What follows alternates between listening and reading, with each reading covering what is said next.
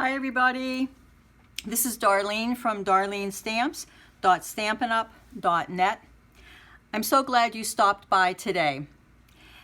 Have you ever had the situation where you've gotten perhaps a new stamp set or a new set of dies? Maybe you wanted to try out a new ink color, maybe you've done a technique piece, you have all these ideas of what you want to put on a card. But when it comes right down to it, you're not really sure, how do I put all of that stuff together? I've mentioned in several previous videos, I have no art background, no photography background, so I struggle probably like many of you do with how do you put all these things together? Well, I did some research into this and I found this rule, if you will, that helps with composition of either a photograph or, in our case, a card. And it is called the rule of thirds. And I wanted to share just a little bit about that with you today. Let me read to you what the rule of thirds is. The rule of thirds is a composition guideline where important elements of a photograph are placed along a 3x3 grid. Really, it's a tic-tac-toe board. That's the way I looked at it. And this 3x3 grid equally divides the image into 9 parts. You also have 2 horizontal and 2 vertical grid lines.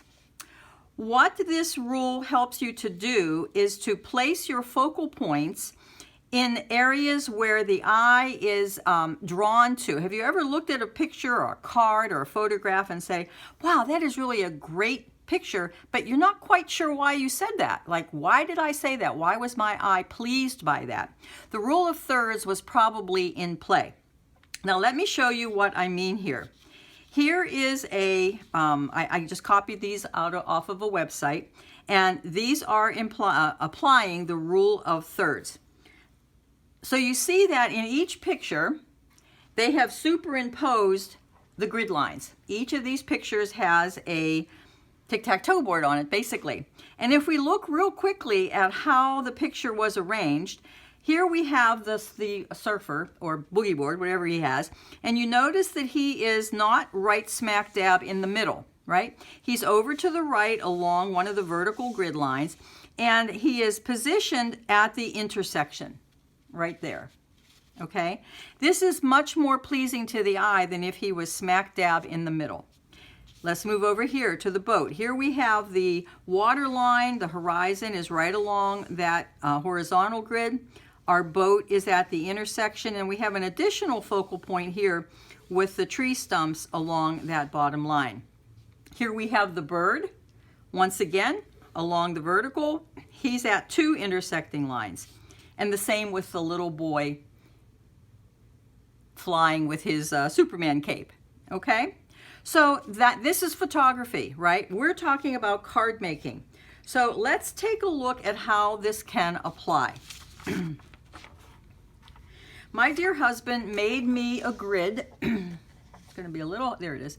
This is just a transparency. He made me a tic-tac-toe board on a transparency. There's our 9 equal parts. And now we're going to use my transparency to show you placement on a card. Here is my first example. I'm going to put my grid lines on top.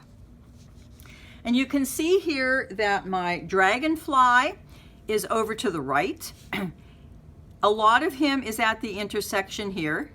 And then I added a line of stamping along that bottom grid line. And then I did add a few things. You don't have to just stop, with those things. I added a few smaller images, but again, this one is not smack dab in the center. And even my greeting I put off to the bottom quadrant. All right, let's look at another landscape mode.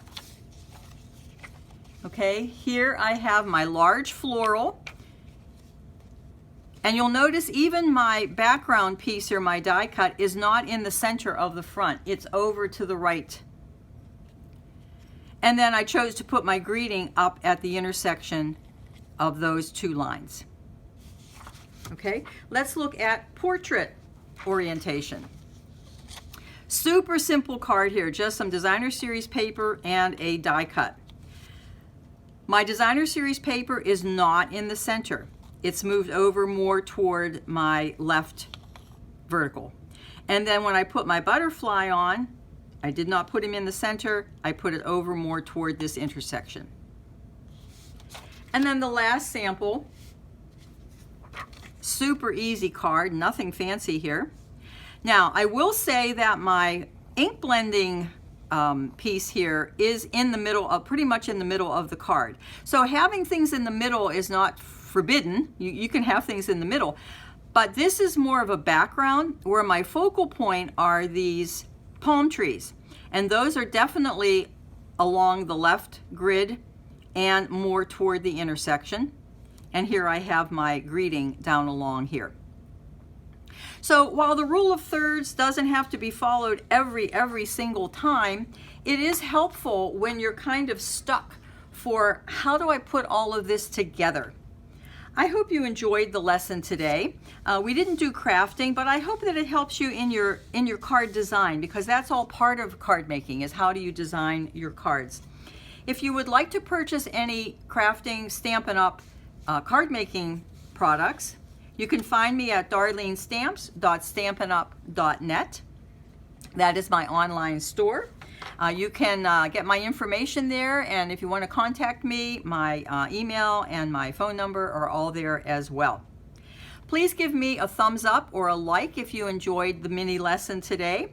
YouTube does keep track of those kinds of metrics, and it helps to build a channel. Also, if you have a crafty friend that you think would enjoy this lesson, please hit the share tab and send it to them. I'm always honored when I look and see that I have a new subscriber. If you'd like to subscribe, also hit that notification bell so that when I do a new lesson, you will be able to join me again. Today, my thought for the day is really about encouragement. As we, as crafters, card makers, work with the creative process, sometimes we can get a little frustrated. And so I have 3 words of encouragement for you today. Progress, not perfection. Bye until next time.